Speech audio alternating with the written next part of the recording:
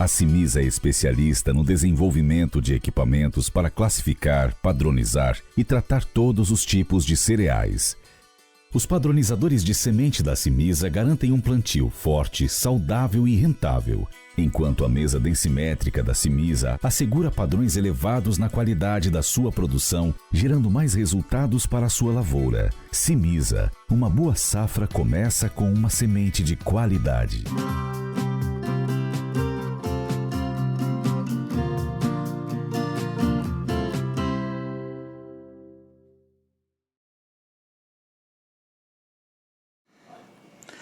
Olá, amigos do Notícias Agrícolas, mais um dia de alta para a soja negociada lá na Bolsa de Chicago. Foram altas mais tímidas hoje, tirando o primeiro vencimento maio, que teve um aumento de 6,5 pontos, fechou bem pertinho ali dos 15,40. Os demais vencimentos tiveram altas de 3, 2 pontos e, mesmo assim, mantendo uma trajetória de alta que foi registrada ao longo de praticamente toda a semana. A gente quer entender, obviamente, o que está acontecendo com a soja nesse momento, o que dá esse impulso para os preços e, mais do que isso, o que vem por aí, que a gente pode entender quais são as perspectivas, quais são os fundamentos, o que o mercado está olhando para precificar soja e milho nesse momento.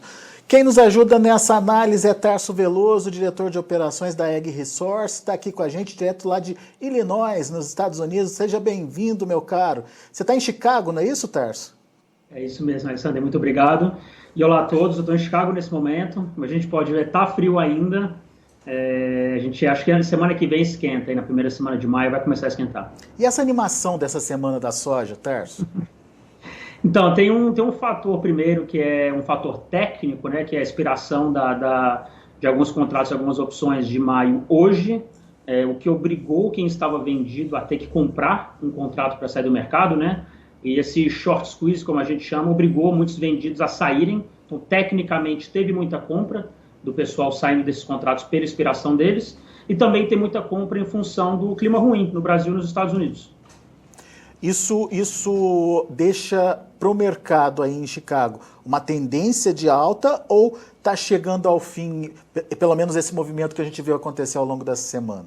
Então, hoje a gente viu que teve uma realização de lucros já, né? Assim, o mercado parou para respirar, subiu muito, atingiu 6,50 no maio, no milho, atingiu 14,50 na soja também, pontos muito importantes técnicos. A gente subiu essa semana 50, 60, 80 centavos, dependendo do contrato, principalmente os de julho agora, né, mais próximos da expiração. Então, a gente parou para respirar hoje, mas semana que vem a gente ainda tem uma perna de alta, a gente ainda tem um pouco para avançar, principalmente nos contratos novos de soja para novembro e milho para dezembro, eles ainda ficaram um pouco para trás em relação aos contratos mais recentes. Mas a gente vai chegar no momento que o mercado fica sobrevendido. E aí, para a gente ter novas altas, a gente vai precisar de mais lenha na fogueira, e essa lenha teria que ser uma quebra ou um clima desfavorável para as lavouras aqui nos Estados Unidos. Hoje essa diferença entre maio e novembro aqui é de quase 2 centes, né? $2, né? $2, isso. E isso acontece por quê? Porque no curto prazo há a tendência de que não tem grãos. A gente, aqui nos Estados Unidos, tem clientes da AgriSource que estão recebendo ofertas de 90 centavos por bushel no milho, ou seja, um milho de 6, recebendo uma oferta de 90, é um absurdo de prêmio, e mesmo assim poucos negócios estão sendo fechados. A gente tem recebido relatos. No Brasil é a mesma coisa. Hoje em Mato Grosso, o produtor recebeu oferta de R$168, R$169. Poucos negócios foram fechados também na região de Sorriso e Lucas. Muito em função do quê? Do receio do produtor com os preços subirem. O produtor lembra quando vendeu muito com antecedência e o mercado disparou. Então a gente tem hoje um lado vendedor muito fraco, né? O produtor evita vender muito e a indústria está comprando demais nesses contratos de curto prazo. Aí o que o mercado faz? Ele fala, bom, tem a safra americana julho, agosto, setembro, outubro, então novembro e dezembro, em tese, tem grão sobrando. O que acontece se a gente tiver um problema? Rapidamente, prêmios climáticos serão adicionados nesses contratos de fim do ano, né, de novembro e dezembro, e essas cotações elas vão reduzir esse spread de $2 para 1,50, 50 centavos em diante. Para isso, a gente precisa ver um problema climático aqui, talvez em julho, agosto. Como a gente teve em Iowa no ano passado, vai ser o suficiente. Isso na prática significa o quê, Tarso? Um problema climático nos Estados Unidos potencializa essa alta de preços, mas o que você está querendo dizer com isso? Aonde o preço pode chegar? Então, preço, a gente tem uma quebra aqui, a gente pode chegar a patamares recordes de preço, soja ela pode subir acima dos 17 que a gente viu em 2012, o milho pode ir a 8, e a única diferença principal, o produtor, nossa, mas será mesmo? 2012, se a gente lembrar, quando os Estados Unidos quebrou, o Brasil tinha milho para exportar e tinha grãos, e a soja também exportou naquele ano uma quantidade muito grande, e foi aquele ano que Brasil e Argentina começaram a inverter a dinâmica global de produção e a gente passou a crescer cada vez mais até assumir a liderança dos Estados Unidos. Foi aquele ano que foi a chave. E esse ano a gente não tem para exportar. Milho no Brasil nós não temos. A safra de soja é o que é, já foi colhida, já foi precificada do tamanho que ela é. E a gente vai ver agora nos Estados Unidos a safra de soja e de milho. A gente entra na safra com os menores, a relação estoque-uso, ou seja, quanto que a gente tem de estoque percentual em relação ao uso total. Hoje a gente entra nisso com a relação de 5% a 6% somente de estoque em relação ao uso. A menor em 25 anos. Isso então, para quê? Essa relação? Para soja e milho. Para soja e milho. Isso. A gente entra, e trigo também, perdão, tá?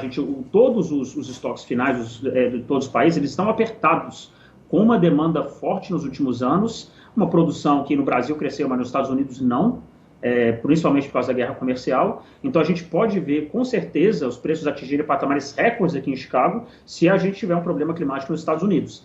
Mesmo se a gente não tiver um problema grande, o risco também de downside, até quando os preços podem cair, ele também é muito pequeno, porque os estoques eles continuam apertados. A gente vai ter que ter uma safra recorde nos Estados Unidos em julho, uma área grande, um clima ótimo, para aí os usuários finais, os fundos falarem, não quero mais ficar comprado nesse mercado, vou sair dos contratos. Aí a gente pode ver milho voltar a testar os $5, $4,50, mas vai exigir, daqui até agora, um clima muito bom, quase perfeito, nos Estados Unidos. Principalmente porque no relatório de 1º de abril, de estoques, o USDA reduziu os estoques americanos e reduziu a área plantada e colocou um número abaixo da expectativa do mercado, que foi aquele dia que a gente teve o limite de alta para cima. Então, a partir daquele dia em diante, o patamar mínimo, o suporte do mercado, ele subiu muito. E hoje a gente está aqui em cima. A gente pode cair se tudo mudar. Fundamentalmente, hoje, o mercado ainda é de alta. A gente vai ter que ter essa mudança na produtividade, talvez uma queda no consumo, que hoje a gente não vê com os países voltando, saindo de quarentenas, principalmente os Estados Unidos, a China também produzindo bastante e aumentando o plantel de suínos, a gente vê a demanda em alta. Então, para hoje, a gente continua comprado no mercado aqui em Chicago. A gente realizou parte da compra que os produtores, nossos clientes americanos tinham, 20% que ainda tinha aberto, a gente só tem mais 20% em aberto da safra passada e a gente vai esperar um próximo rally nos próximos dias, um problema climático para avançar nessa venda. O Brasil, infelizmente, só você tirar essa desculpa, só para finalizar, o Brasil, infelizmente, ainda continua muito atrelado ao câmbio também, para a gente ver no curto prazo esses preços voltarem a subir. Muito bem. Antes da gente tocar nesse ponto da demanda, que você já deu uma introdução aí, mas eu queria voltar na questão da safra americana. O que você está aí nos Estados Unidos, o que você está ouvindo dos produtores, qual o real risco da safra americana esse ano, Tarso? Bom, a gente começa nesse atual momento com uma umidade de solo baixa nos Estados Unidos, em importantes estados produtores, como Kansas e as Dakotas do Norte e do Sul, que ficam na região oeste, do cinturão agrícola.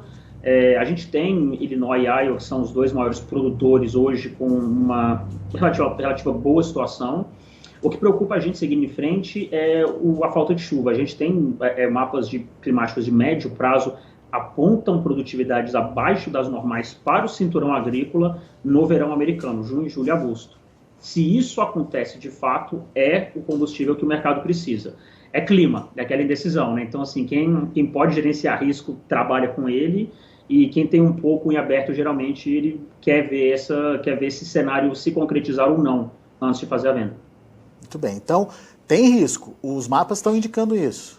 Indicam, e outro problema que a gente tem é, quando o produtor estava se preparando para a safra aqui no começo do ano e fez os pedidos de insumos, o preço era 1, e hoje o preço é muito mais alto. Então, há um limite de quanto que a área pode aumentar também nos próximos meses, né? Assim, não é fácil arrumar os insumos de última hora para sair plantando.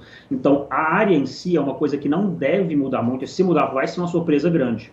O principal vai ser a produtividade, e hoje a gente tem um risco dessa safra, mesmo com produtividades na média, de ser uma safra que não vai suprir toda a demanda do mercado.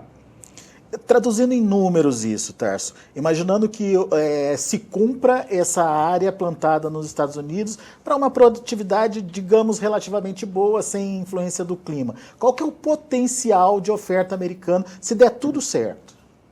Se der tudo certo, vai ficar na média do que ficou nos últimos anos. Vai ser uma safra recorde de 330 e tantos milhões de toneladas para o milho, 115, 120 milhões de toneladas para a soja. Não vai ser nada estratosférico, justamente porque a área foi cortada pelo USDA em 1º de abril.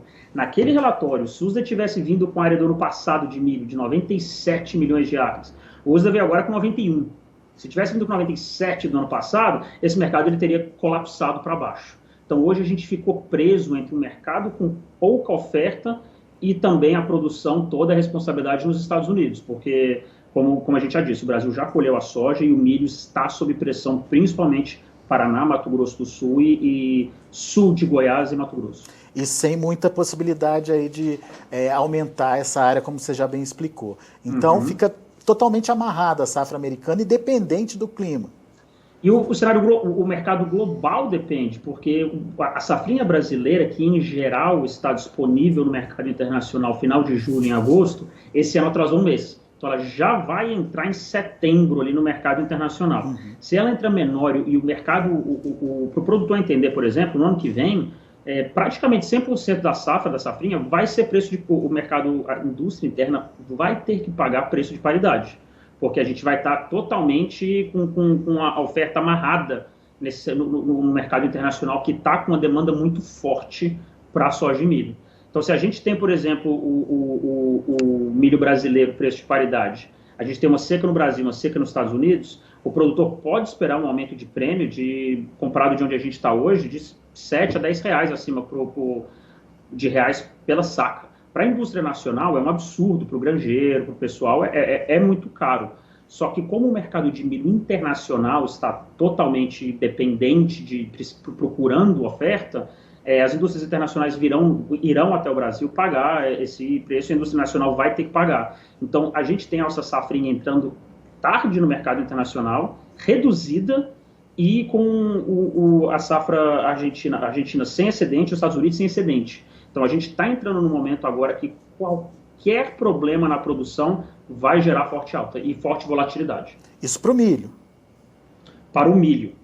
E para a soja? Para a soja, a gente tem um problema que a gente ainda não sabe o tamanho da safra brasileira. Rapidamente, tem essa disputa. Essa safra brasileira foi 135 milhões de toneladas, ou 136, mais ou menos como o USDA está dizendo, ou se foi mais próximo de 130. O mercado precificou que ela foi perto de 135 e fomos embora. O que acontece os prêmios pagos no Brasil hoje, para agosto e setembro, subiram muito. Aqui nos Estados Unidos também, o físico principalmente, subiu muito. Então, pode ser que essa safra brasileira tenha sido menor e o mercado não tenha precificado ela da maneira como ela foi. A gente só vai descobrir isso daqui lá em junho, quando a gente realmente sentir que secou a oferta física. Hoje, acompanhando o desempenho dos prêmios, parece que há um certo ajuste de soja no mercado, está muito apertado. Se isso for verdade, coloca-se também uma pressão ainda maior na safra americana. Se realmente a gente chega em junho e o abastecimento ainda é bom e a safra brasileira talvez for ainda maior, aí a gente vai chegar num cenário de que tem tempo para esperar a safra americana. O milho, a gente já está, o mercado nem precificou com a quebra da safrinha. O USDA ainda diz que o Brasil vai produzir 109 milhões de toneladas nas 3 safras, colocando muito peso na safrinha e na terceira safra, que é aquela que dos estados ao norte do Equador, geralmente Roraima e parte do Mato Piba.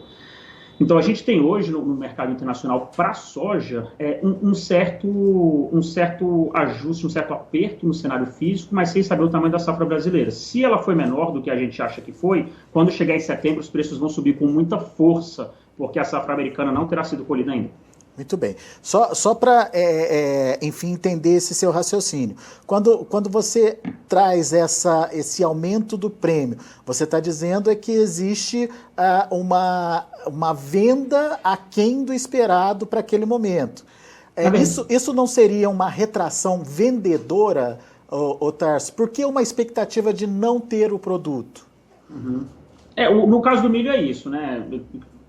Os produtores já venderam muito da safrinha, não querem vender mais porque não sabem se vão colher. Sim. No caso do aumento do prêmio, também é, obviamente, falta de lá do vendedor. A gente não sabe se é o produtor que não quer vender, se ele não tem estoque, mas também mostra que o usuário final está querendo pagar mais para retirar. Então, se o usuário final, o comprador, ele está tranquilo, ele consegue comprar em qualquer lugar, ele não está oferecendo prêmio. Se a gente vê o prêmio no Brasil subir 50 centavos em um mês, a gente vê que tem um interesse comprador muito grande. Ainda hoje é difícil realmente saber o motivo, mas quando a gente junta todas essas partes na equação, a gente chega à conclusão que é melhor esperar para vender do que vender hoje, porque o mercado não está derretendo. Nos últimos anos, aqui nos Estados Unidos, por exemplo, o nosso trabalho com o produtor americano foi de preservar a rentabilidade. Então, o preço subia no patamar X, a gente vendia, porque a China não ia comprar, tinha problema. Nesse ano é diferente, nesse ano é maxibilizar a rentabilidade, porque a demanda está forte, falta oferta, e a safra dele aqui é a que vai definir o preço global até o final do ano. Vai ser o tamanho da safra americana. E até o próprio perfil do produtor brasileiro, que não costuma carregar muito essa soja, né, Tarso? Uhum. Não, é verdade, porque para 2022 a gente vê que o produtor em Mato Grosso vendeu mais de 35% da safra de soja já, que é uma quantidade, obviamente, recorde e altíssima, né, para você pensar. A gente vai chegar plantando na safra do ano que vem com uns 50% já da soja já vendida, e aí você coloca ainda mais pressão no usuário final por conta daquilo. Se já tem 50% vendido e tem um problema climático, não sobrou muito para eu comprar. Aí o usuário final, o risco faz com que ele pague mais caro por esse produto. Muito bem. Então, assim, existe uma perspectiva de alta, tanto para a soja quanto para o milho. Uhum. O produtor brasileiro precisa ficar atento a essa possibilidade. Sim. Mas essa perspectiva está intimamente ligada aí à questão da produção americana. Se a produção vier boa, o mercado não vai despencar, porque, como você disse, não tem como aumentar a oferta de uma hora para outra. Mas também não vai continuar subindo. Então, a estratégia é esperar, Tarso? Depende muito de cada operação. Quem já vendeu muito, vale a pena esperar, porque se o preço, por exemplo, está R$170 uma saca de soja hoje em Mato Grosso, se o preço não subir mais e começar a cair, você ainda vende a 155, ainda está excelente, é 160, vale a pena esperar, porque de todos os motivos que a gente pode enumerar hoje, fundamentais do mercado, basicamente nenhum em ação hoje é baixista. Assim, a expectativa de se produzir bem, talvez o preço caia, é isso que é hoje. Hoje o cenário é altista, tanto é que os preços não param de subir. Então, para eles continuarem subindo, mais lenha tem que ser adicionada à fogueira, mais perdas têm que ser vistas para que o usuário final pague 15, 16, 17 dólares por um bushel de soja. Hoje, está saindo por 15, com o cenário como está. A gente acredita que a gente vai ter problema na safrinha brasileira, e o USDA no relatório de maio vai ter que reduzir essa oferta brasileira e, portanto, a exportação também do Brasil. E se o Brasil não exporta, automaticamente quem vai assumir essa demanda são os Estados Unidos, porque a Argentina não tem mais, a Ucrânia também não tem, então serão os americanos. Então, quando você pensa hoje, vale a pena ficar. Agora, se o produtor vendeu pouco, aí a gente já começa a entrar num outro problema também, porque pode ser que em julho, que é para o produtor, quem está nos assistindo entender, segura quando? Vende quando? Julho costuma ser o divisor de águas aqui. Se a gente entra julho bem, com clima bom, esse mercado vai ser vendido até que um problema surja. Se já começa julho com alguns problemas, ele vai subir até que a situação melhore. Então a gente vai falar para o produtor, espera até julho, junho, julho, acompanha. Tem problema, está difícil, o plantio foi agarrado, foi ruim igual foi no Brasil esse ano, fica comprado. Se o plantio foi bom, o clima está ótimo, entramos junho e julho bem, vale a pena começar a fazer vendas então, porque o mercado, a tendência dele é cair. Para o produtor que vendeu pouco, por exemplo, ele tem outro adicional de risco, que é a valorização do real. O real, a gente acha que a gente ainda vai falar um pouco mais sobre isso, mas se o real continuar valorizando e o dólar está desvalorizando frente a várias moedas do planeta, o real se valoriza, as ofertas também tendem a cair muito, mesmo com o Chicago subindo um pouco mais para cima. Ah, é? E isso é ruim para quem está com a soja na mão, então. Porque em reais é menos dinheiro no bolso. O problema do real cair é exatamente, assim, você pode até fazer uma venda boa em dólares, por exemplo, mas aí em reais ela vai cair muito. De R$170 hoje, por exemplo, que é o maior preço já visto em Sorriso até agora nessa safra, se você valoriza o real para 5, por exemplo, essa oferta caiu para 150, 140 e tantos, não é mais é ótima, mas não é mais linda. Então, a gente ainda fica nessa incerteza. O produtor, por isso que uma gestão de risco eficiente, ela pode casar, o produtor, por exemplo, ele pode casar nessa gestão de risco que ele vai fazer da operação dele, despesas em dólar, empréstimos com vendas em dólar, pode fazer um pouco em venda em real para esse ano com o câmbio a 5,50. No ano que vem, a tendência é que o câmbio esteja abaixo de 5, portanto, vendas em dólar para o ano que vem, $24 agora a 5,60 é bem diferente de $24 a 4,40. Né, o valor de saca vai para R$120. Então, tem várias peças se movendo nesse momento, o câmbio é uma delas que tende a se valorizar nos próximos 6 meses e 8 meses, que tem que entrar um pouco no cálculo do produtor na hora de começar a fazer essas vendas. Assim como em Chicago também, cada contrato futuro é para uma safra. Agora a gente está no físico, o de setembro vai ser quando a gente vai ter o resultado da safrinha brasileira, o de dezembro é quando o produtor está colhendo, o de março do ano que vem é a safra brasileira, e cada um desses contratos também a estratégia é diferente porque eles têm fundamentos diferentes. O fundamento do mercado hoje, daqui a 2 meses, ele vai ser diferente, porque o clima vai ter mudado e a política nos Estados Unidos, com a administração do Joe Biden, vai investir mais em biodiesel e etanol de milho. Isso vai aumentar a demanda também, não sabemos quanto, mas é uma coisa que no futuro vai interferir também nessa dinâmica. Então, depende muito de como o produtor adotou até hoje, né? E tem eleição no Brasil também, hein? Tem eleição no Brasil que dá uma volatilidade imensa no câmbio, Lula concorrendo de novo. Pois é. Isso tudo gera... Essa é a coisa que ainda pode dar para o produtor uma oportunidade no câmbio no curto prazo, uma volatilidade maior. De repente, um TCU define alguma coisa, o STF, a gente sempre tem essas... É importante o produtor pensar em fazer uma trava para o ano que vem também. Se ano que vem a gente tem uma vacinação eficiente no Brasil, a economia reabrindo, a gente tem uma campanha sem muitos problemas, a gente pode ter um real em 5 até abaixo dele. E aí entra de novo essa dinâmica do para quando, por quê, por qual valor o produtor precisa vender. Aí ele consegue entender melhor e se posicionar melhor do que esperar o preço subir para vender, porque se o preço não sobe mais, você fica meio que com toda a produção na mão sem saber o que fazer. Muito bem. A gente tem um gráfico aqui que a gente separou só para ilustrar esse seu comentário sobre estoque e uso, né, que a gente tem hoje disponível aí. Vamos ver o que o gráfico está dizendo. Explica para a gente direitinho como é que a gente entende aí esse gráfico que vocês estão mostrando para a gente, Tarso. Alexandre, desculpa, eu estou sem retorno agora da imagem dele. Deixa eu entrar no ao vivo aqui rapidinho, eu já vejo. Tá. Será que consigo? Estoque e uso, origens exportadoras, 2006 a 2021. Uhum. Vou ter que ver, desculpa, eu não tenho na minha frente para poder ver. Você tem um delayzinho, mas já deve estar chegando o gráfico aí para você também. Vamos ver. Você tem como compartilhar com ele, Matheus, nosso editor? Se conseguir, vai ser ótimo. Parece... Aí, legal, maravilha, obrigado, viu?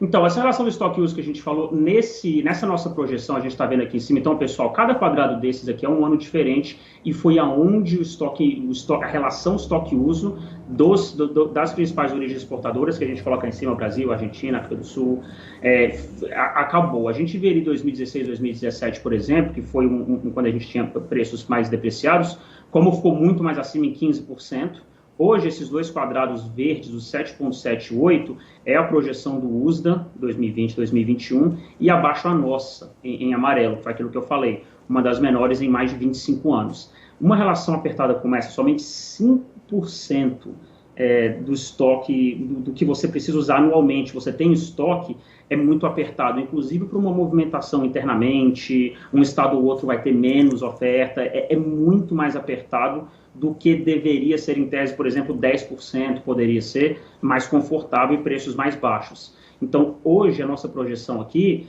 é com produtividade mediana, média de 5 anos, tá? Nós não estamos cortando produtividade antes da hora, não estamos reduzindo propositalmente, e dessa maneira a gente já está com esse estoque baixo. Qualquer problema no clima que a gente tenha vai só fazer esse problema ficar ainda maior. A gente puxa para baixo esse estoque uso e o preço futuro, a tendência dele é subir ainda mais.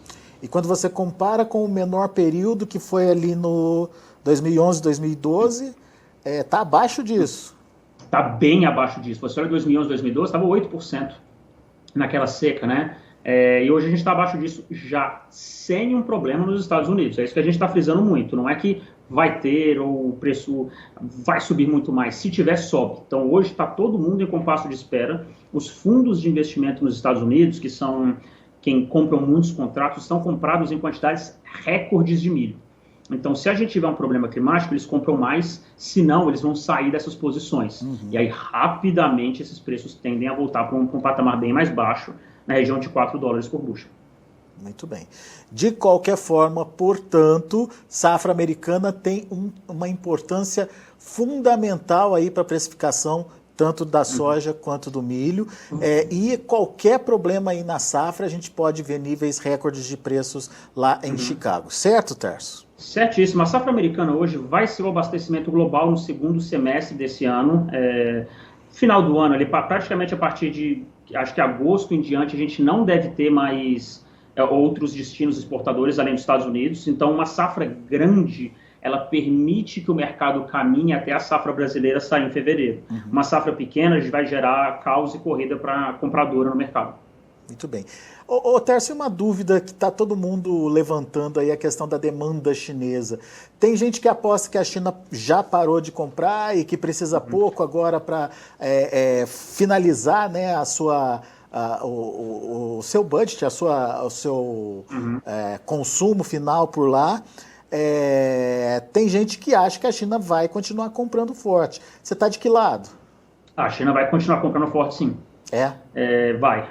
Um dos principais motivos é a volta volta, né? A China nunca fechou de fato, como muitos países ocidentais fecharam, mas a população voltou a circular. A gente tem notícias de exportações recordes, as margens a gente acompanha semanalmente, ainda são positivas. Por incrível que pareça, a $6 por bushel nos Estados Unidos ainda há margem para produzir etanol.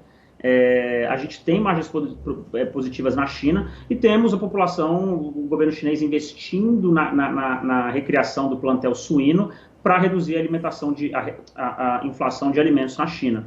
Então, a gente tem uma expectativa de importação bem acima do USDA. O USDA fala em 28 milhões de toneladas de milho, a gente está em 33, 34. A gente tem problemas na safra de trigo. Desculpa, importação de milho pela China. Pela China. Tá. O USDA ontem falou em 24 e a gente está falando em 33, 34.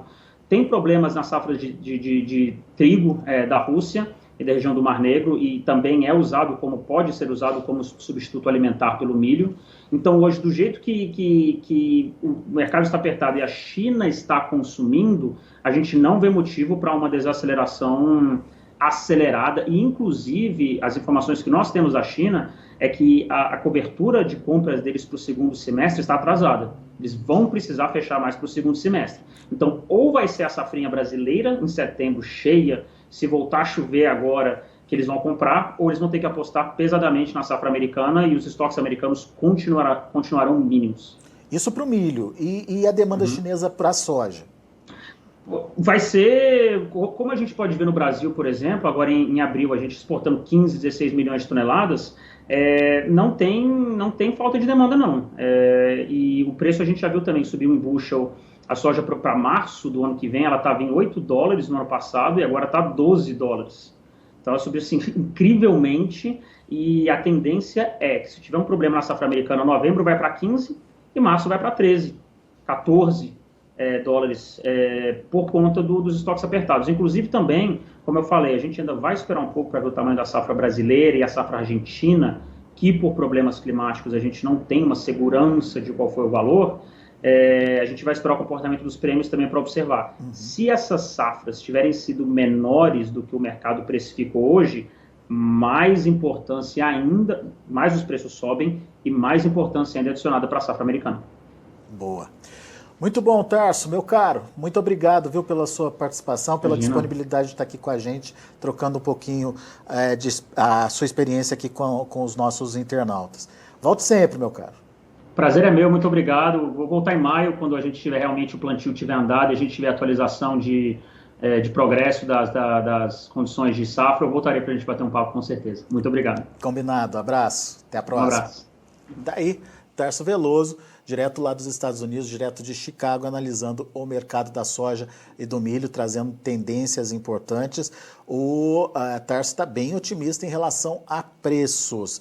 Por isso que é importante a gente ouvir diferentes análises, diferentes analistas que têm diferentes posições. E daí você, que é o responsável pela sua comercialização, vai buscar o que você mais acredita, o que você está vendo, o que está vendo acontecer na sua região, o que está vendo acontecer com o seu vizinho, qual a atitude que você está tomando para se prevenir. Enfim, o Tarso trouxe uma visão diferente daquela que a gente vinha mostrando aí, pelo menos nas últimas duas entrevistas que a gente fez aqui no Notícias Agrícolas. Então, são referências diferentes, cenários diferentes para que você possa fazer a sua análise e, obviamente, se planejar da melhor forma. A gente agradece muito a sua participação, a sua audiência, só que antes de encerrar, deixa eu passar os números de finalização das negociações lá na Bolsa de Chicago. Vamos lá. Olha aí, para maio, 15 dólares e 39 centes por bushel, 6,5 de alta. Para julho, 15 dólares e 16 centes por bushel, 1,75 de alta. Setembro, 13 dólares e 82, alta de 2 pontos. Novembro, 13 dólares e 41 centes por bushel, alta de 3 pontos mais 25. Essa diferença de maio foi explicada pelo Tarso, principalmente com a necessidade aí, de mudança, né, de vencimento, enfim, eles precisam sair do contrato, comprar um contrato e vender outro. Então, essa situação de alta maior para mais se justifica nesse momento. Bom, vamos ver o milho. Para o milho, maio, 6 dólares e 55 centes por bushel, 5 pontos de alta. Para julho, 6 dólares e 32 centes por bushel, 1 pontinho de alta. Já o setembro caiu, 1,5 ponto de queda a 5 dólares e 75 centes por bushel, e o dezembro 5 dólares e 50 centes por bushel, 2,5 de queda. Vamos aos números do trigo. Trigo positivo hoje, com exceção apenas o maio, que fechou estável a 7 dólares e 10 centes. O julho, 7,12, alta de quase 2 pontos. Setembro, 7,12 também, alta de quase 3 pontos. Dezembro, 7 dólares e 16 centes por bushel, 4 pontos mais 25 de elevação. São os números de hoje do mercado de grãos lá na Bolsa de Chicago. A gente fica por aqui, eu agradeço muito a sua atenção e audiência.